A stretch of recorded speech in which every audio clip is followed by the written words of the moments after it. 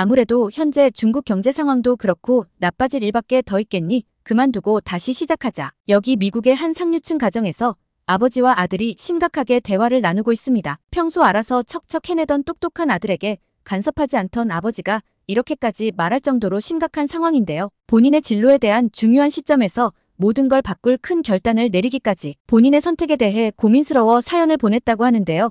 어떤 사연인지 바로 가보겠습니다. 구독과 좋아요 꾹 눌러주세요. 안녕하세요. 저는 이던 슐리반이라고 합니다. 하버드 대학교 전자공학과에 재학 중인 25살 학생이죠. 재작년 봄, 저는 국제 경험을 쌓고자 중국 광동공업대학교로 교환학생을 떠났습니다. 당시 저는 세계 최대 통신장비 업체인 화웨이에서 인턴십을 할 수 있다는 생각에 들떠 있었죠. 미국에서는 경험하기 힘든 기회였으니까요. 왜냐하면 미국에서의 반도체 산업은 반도체 설계 혹은 CPU, GPU를 만드는 회사들이 대부분이거든요. 실제 제 전공과 유사한 직무인 제조 분야 회사는 미국보다 다른 외국계 회사들이 더 유명하답니다. 사실 처음에는 중국행을 망설이기도 했어요. 반도체 제조 분야는 당연히 대만의 TSMC를 가는 것이 일반적이었죠. 하지만 미국 교환학생에 대한 중국 대학, 특히 광둥시에 위치한 광둥공업대는 교환학생에 대한 파격적인 장학금 대우와 비록 계약직이긴 하지만 실제 선임연구원에 맞먹는 인턴 연봉까지 이러한 조건을 무시하지 못하겠더라고요. 그렇게 고민을 하던 찰나 남들이 다 선택하는 대만행보다 중국행을 택해 새로운 도전에 대한 열정이 두려움을 이기게 되었죠. 광동에 도착한 첫날, 저는 흥분과 기대로 가득 찼습니다. 캠퍼스는 활기가 넘쳤고 학생들은 모두 열정적으로 보였어요. 처음에는 언어 장벽 때문에 어려움을 겪었지만 곧 적응할 수 있었습니다. 중국어를 배우는 과정이 힘들기도 했지만 동시에 매우 흥미로웠죠. 특히 현지 학생들의 도움이 컸어요. 그들의 친절함과 열정은 제가 빠르게 적응하는데 큰 힘이 되었습니다. 광동공업대학에서 차로 1시간 30분 거리인 선전시의 화웨이에서의 인턴십은 제 기대 이상이었습니다. 반도체 미세 공정에 관한 직무를 맡게 되었는데 이는 제가 늘 관심 있어 하던 분야였죠. 첨단 기술과 혁신적인 아이디어들을 직접 볼 수 있어 매일이 새로웠습니다. 처음 연구소에 들어섰을 때의 그 흥분을 아직도 잊을 수 없어요. 최첨단 장비들과 열정적인 연구원들로 가득 찬 공간은 마치 미래를 보는 것 같았습니다. 그러나 얼마 지나지 않아 현실적인 문제에 직면하게 되었어요. 미국의 대중국 반도체 수출 통제 정책으로 인한 긴장감이 회사 전체에 퍼져 있었거든요. 처음에는 이런 상황이 저와는 무관하다고 생각했습니다. 하지만 점차 이 정책이 제 일상에도 영향을 미치기 시작했죠. 매일 아침 뉴스를 확인하는 것이 일과가 되었고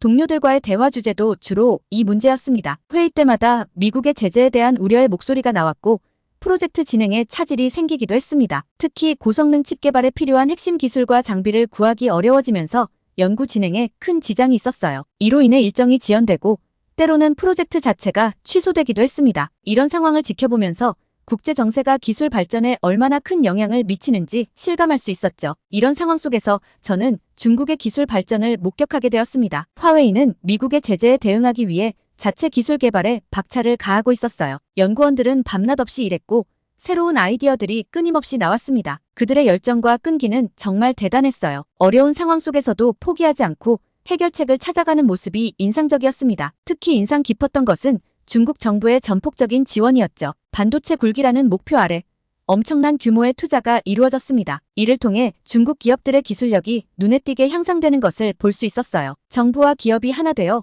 국가적 과제를 해결해 나가는 모습은 미국과는 다른 접근 방식이었습니다. 하지만 동시에 윤리적 딜레마에 빠지기도 했습니다. 미국 시민으로서 국가 안보에 위협이 될 수 있는 기술 발전에 기여하고 있다는 생각이 들었거든요. 이런 고민은 밤마다 저를 괴롭혔습니다. 기술의 발전과 국가 이익 사이에서 올바른 균형을 찾는 것이 얼마나 어려운 일인지 깨달았죠. 그럼에도 불구하고 이 경험은 제게 글로벌 기술 경쟁의 현실을 직접 체감할 수 있는 기회였습니다. 기술의 발전이 단순히 과학적 성과를 넘어 국가 간 힘의 균형을 좌우할 수 있다는 사실을 깨달았죠. 이는 제 세계관을 넓히는데 큰 도움이 되었습니다. 인턴십을 하면서 저는 점점 더 큰 그림을 보게 되었습니다. 반도체 산업이 단순한 부품 생산을 넘어 국가의 핵심 경쟁력이 된다는 것을 실감했어요. 이는 제 진로에 대해 다시 한번 생각해보는 계기가 되었습니다. 전자공학을 전공하는 학생으로서 제가 앞으로 어떤 역할을 할 수 있을지 깊이 고민하게 되었죠. 결국 이 경험은 제게 국제 정세와 기술 산업에 대한 더 깊은 이해를 가져다 주었습니다. 단순히 기술만이 아니라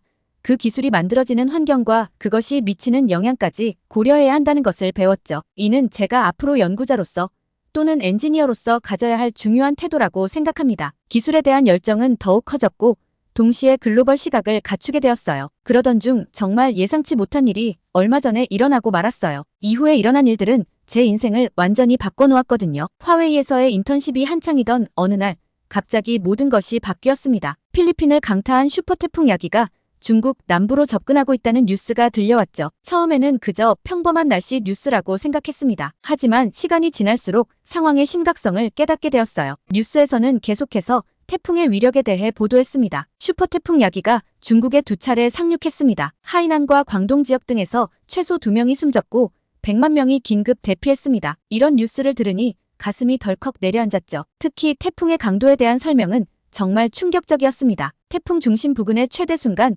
풍속이 초속 70m에 달합니다.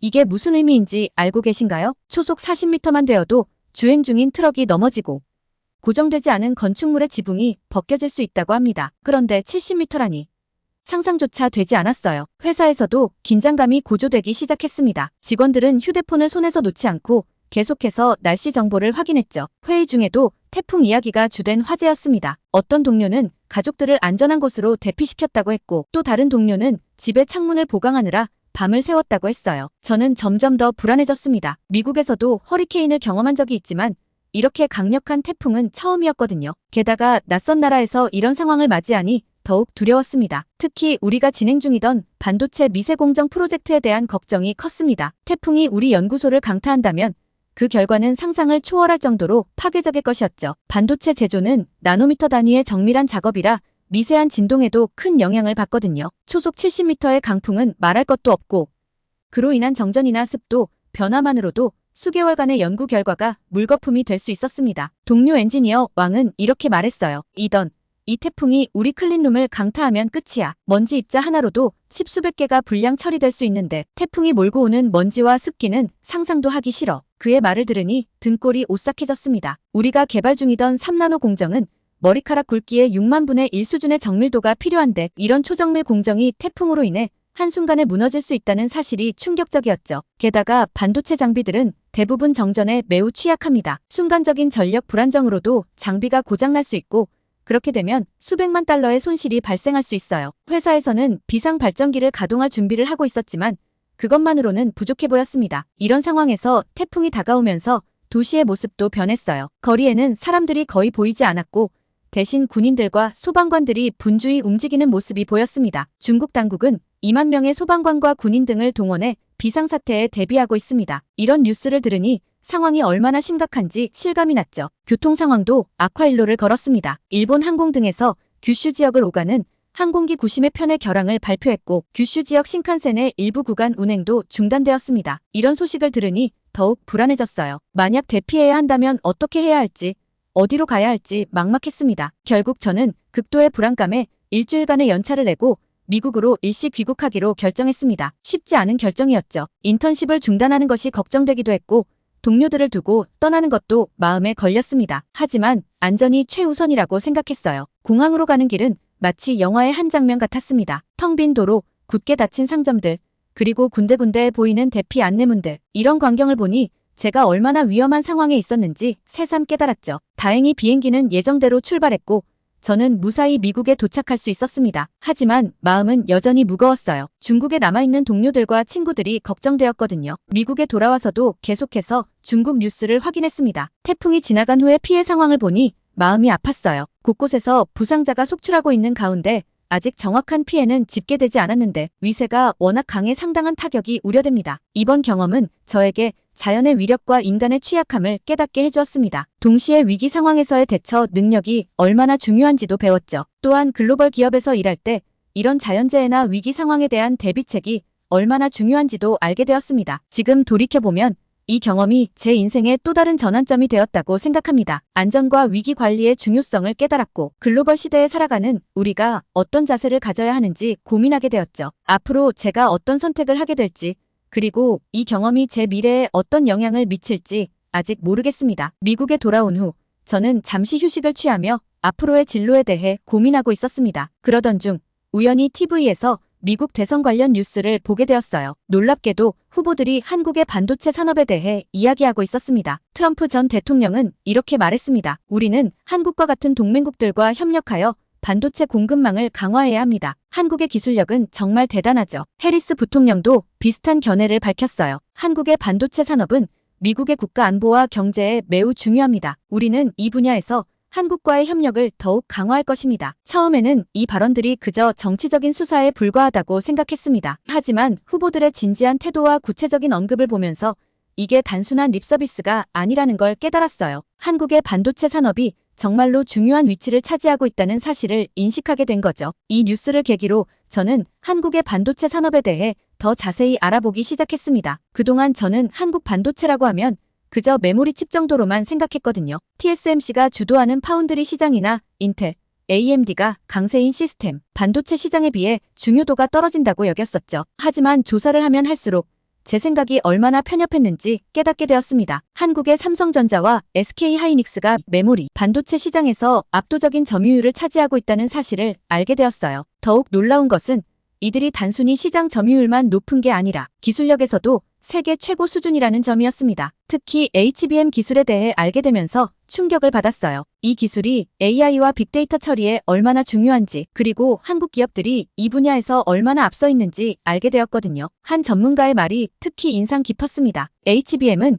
현재 SK하이닉스가 세계 시장의 50% 이상을 점유하고 있으며 삼성전자까지 합치면 한국 기업들의 점유율이 90%에 달합니다. 이는 사실상 한국이 이 기술을 독점하고 있다고 볼 수 있죠. 또한 한국 기업들이 파운드리 시장에서도 빠르게 성장하고 있다는 사실도 알게 되었습니다. 삼성전자가 TSMC를 바짝 추격하고 있다는 뉴스를 보면서 한국의 기술력이 정말 대단하다는 생각이 들었어요. 이런 정보들을 접하면서 저는 제가 얼마나 편견에 사로잡혀 있었는지 깨달았습니다. 한국의 반도체 산업을 단순히 미국이 대만과 일본을 견제하기 위해 키워준 것으로만 생각했던 제 생각이 얼마나 잘못되었는지 알게 된 거죠. 더 나아가 한국의 반도체 산업이 단순히 기술력뿐만 아니라 글로벌 공급망에서도 중요한 위치를 차지하고 있다는 사실도 알게 되었습니다. 미중 무역 갈등 속에서 한국의 역할이 더욱 중요해지고 있다는 분석을 보면서 국제 정세와 산업의 관계에 대해서도 새롭게 생각하게 되었어요. 이런 깨달음은 저에게 큰 충격이었습니다. 동시에 새로운 호기심과 열정도 불러일으켰죠. 한국의 반도체 산업에 대해 더 자세히 알아보고 싶다는 생각이 들었고, 혹시 기회가 된다면 한국에서 공부하거나 일해보고 싶다는 욕심도 생겼습니다. 이제 저는 글로벌 반도체 산업을 보는 제 시각이 얼마나 좁았는지 깨닫게 되었습니다. 앞으로는 더 넓은 시야로 이 산업을 바라보고 다양한 국가와 기업들의 역할과 중요성을 인정하며 공부해 나가야겠다고 다짐했습니다. 이 경험은 저에게 큰 교훈을 주었습니다. 우리가 얼마나 쉽게 편견에 사로잡힐 수 있는지, 그리고 그런 편견을 깨는 것이 얼마나 중요한지 말이죠. 중국 화웨이에서의 인턴십 경험과 최근 얻게 된 한국 반도체 산업에 대한 새로운 지식은 저를 깊은 고민에 빠지게 했습니다. 제 진로에 대해 진지하게 재고하게 된 것이죠. 화웨이에서 일하면서 저는 첨단 기술의 세계를 경험했습니다. 그곳에서 보고 배운 것들은 정말 흥미진진했어요. 하지만 동시에 미국과 중국 사이의 기술 전쟁이 얼마나 치열한지도 직접 목격했습니다. 양국의 갈등이 기술 발전에 미치는 영향을 피부로 느낄 수 있었죠. 그런데 어느 날 저는 충격적인 광경을 목격하게 되었습니다. 한 동료가 경쟁사의 기밀 문서를 불법적으로 입수하는 것을 본 거예요. 처음에는 제가 잘못 본 줄 알았습니다. 하지만 그 동료의 행동을 더 자세히 관찰하면서 이것이 명백한 산업 스파이 행위라는 것을 깨달았죠. 이 사건은 저를 큰 혼란에 빠뜨렸습니다. 한편으로는 이런 비윤리적인 행위를 목격한 것에 대해 분노를 느꼈고, 다른 한편으로는 이런 일이 얼마나 광범위하게 일어나고 있는지, 그리고 이것이 기술 발전에 어떤 영향을 미치고 있는지에 대해 깊이 고민하게 되었어요. 과연 기술의 발전을 위해서라면 이런 행위들도 정당화될 수 있는 걸까? 윤리적인 방법만으로는 경쟁에서 뒤처지는 걸까? 이런 질문들이 제 머릿속을 맴돌았습니다. 기술 발전과 윤리적 가치 사이에서 올바른 균형을 찾는 것이 얼마나 어려운 일인지 실감하게 되었죠. 이 경험은 제가 앞으로의 진로를 고민하는데 큰 영향을 미쳤습니다. 단순히 기술적인 측면뿐만 아니라 윤리적인 측면에서도 존경받을 수 있는 기업에서 일하고 싶다는 생각이 강해졌어요. 그러던 중 최근 한국의 반도체 산업에 대해 알게 되면서 제 시야가 더욱 넓어졌습니다. 한국이 단순히 미국과 중국 사이에서 균형을 잡는 것이 아니라 독자적인 기술력으로 세계 시장을 주도하고 있다는 사실이 놀라웠어요. 더욱이 한국 기업들이 윤리 경영을 강조하며 글로벌 스탠다드를 준수하려 노력한다는 점도 매력적으로 다가왔습니다. 한국이 단순히 미국과 중국 사이에서 균형을 잡는 것이 아니라 독자적인 기술력으로 세계 시장을 주도하고 있다는 사실이 놀라웠어요. 특히 AI와 빅데이터 시대에 핵심이 되는 HBM 기술에서 한국 기업들이 압도적인 우위를 점하고 있다는 점이 인상 깊었습니다. SK하이닉스와 삼성전자가 이 분야에서 90% 이상의 시장 점유율을 가지고 있다는 사실은 정말 충격적이었어요. 이런 정보들을 접하면서 저는 점점 더 한국 반도체 산업에 매료되기 시작했습니다. 미국과 중국의 기술 전쟁 속에서 한국이 차지하는 독특한 위치, 그리고 그 속에서 꾸준히 기술력을 발전시켜온 한국 기업들의 노력이 대단해 보였죠. 그러던 어느 날 저는 한 기사를 읽게 되었습니다. 한국의 한 반도체 회사가 외국 인재를 적극적으로 영입하고 있다는 내용이었어요. 그 순간 제 마음속에서 무언가가 딸깍하고 맞아떨어지는 느낌이 들었습니다. 이거다 라는 생각이 번개처럼 스쳐 지나갔죠. 하지만 결정을 내리기까지는 시간이 좀 걸렸습니다. 한국으로 가서 일한다는 것은 제 인생의 큰 변화를 의미했으니까요. 언어도 다르고 문화도 다른 나라에서 새롭게 시작한다는 것이 두렵기도 했습니다. 그래서 저는 한국에 대해 더 자세히 알아보기 시작했어요. 한국의 문화, 역사, 그리고 특히 반도체 산업의 발전 과정에 대해 공부했습니다. 놀랍게도 제가 알아갈수록 한국에 대한 매력을 더 느끼게 되었어요. 한국이 불과 몇십 년 만에 세계적인 기술 강국으로 성장한 과정이 정말 인상적이었습니다. 특히 반도체 산업에서 초기에는 기술을 따라가기 바빴지만 지금은 오히려 기술을 선도하는 위치에 오른 것이 놀라웠어요. 또한 한국 기업들의 빠른 의사결정과 과감한 투자도 매력적으로 다가왔습니다. 미국 기업들이 주주 이익을 우선시하여 보수적인 투자를 하는 동안 한국 기업들은 과감하게 미래 기술에 투자하는 모습이 인상적이었죠. 이런 고민의 과정에서 저는 우연히 한국계 미국인 선배를 만나게 되었습니다. 그 선배는 실리콘밸리에서 일하다가 한국의 반도체 회사로 이직한 경험이 있었어요. 그의 조언이 저에게 큰 도움이 되었습니다. 이던 한국에서의 경험은 정말 특별할 거야. 기술적으로도 많이 배울 수 있지만 그 이상으로 새로운 문화와 사고방식을 경험할 수 있을 거야. 그리고 지금이 한국 반도체 산업이 정말 뜨거운 시기야. 이 기회를 놓치지 않았으면 좋겠어. 이 조언을 들으면서 저는 점점 더 한국행을 결심하게 되었습니다. 물론 여전히 두려움은 있었지만 그 두려움보다는 새로운 도전에 대한 설렘이 더 컸어요. 결국 저는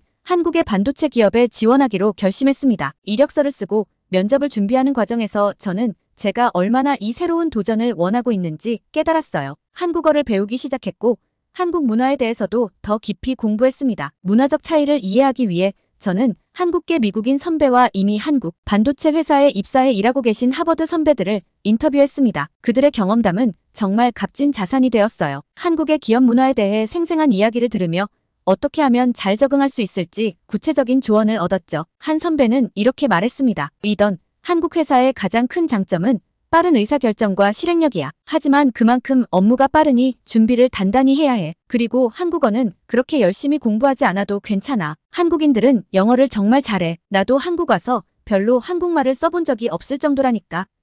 이런 조언들 덕분에 저는 한국 기업 문화에 대해 더 깊이 이해할 수 있었고 적응을 위한 구체적인 전략을 세울 수 있었습니다. 동시에 반도체 기술에 대한 공부도 게을리하지 않았습니다. 최신 논문들을 읽고 온라인 컨퍼런스에 참석하며 지식을 쌓았어요. 특히 삼성전자 연구원들의 논문과 기술 보고서를 집중적으로 공부했습니다. 그들의 연구 결과를 통해 한국 반도체 기술의 최전선을 이해할 수 있었고 앞으로 제가 어떤 분야에 기여할 수 있을지 구체적인 아이디어를 얻을 수 있었죠. 이 모든 준비 과정은 글로벌 반도체 산업의 미래를 이끌어가고 싶다는 꿈, 그리고 한국의 혁신적인 기술력에 기여하고 싶다는 열정으로 저를 계속 앞으로 나아가게 했죠. 이제 한국행 비행기를 앞두고 있습니다. 설렘과 두려움이 교차하지만 제 가슴속에는 희망찬 미래에 대한 기대가 가득합니다. 제 이야기를 들어주셔서 감사합니다. 저의 한국에서의 새로운 모험이 어떻게 펼쳐질지 언젠가 기회가 된다면 다시 들려드리고 싶어 이렇게 사연을 전합니다. 오늘 이던 씨의 사연 어떻게 들으셨나요? 정말 한국에 대한 자긍심이 차오르는 감동적인 이야기였는데요. 하버드 대학교를 졸업하고 한국에 오고 싶어하는 하버드 대학생 밀러 씨의 말에 어떻게 생각하시는지 댓글 많이 달아주세요. 구독과 좋아요 꾹 눌러주시고 다음에 더 좋은 사연으로 찾아오겠습니다.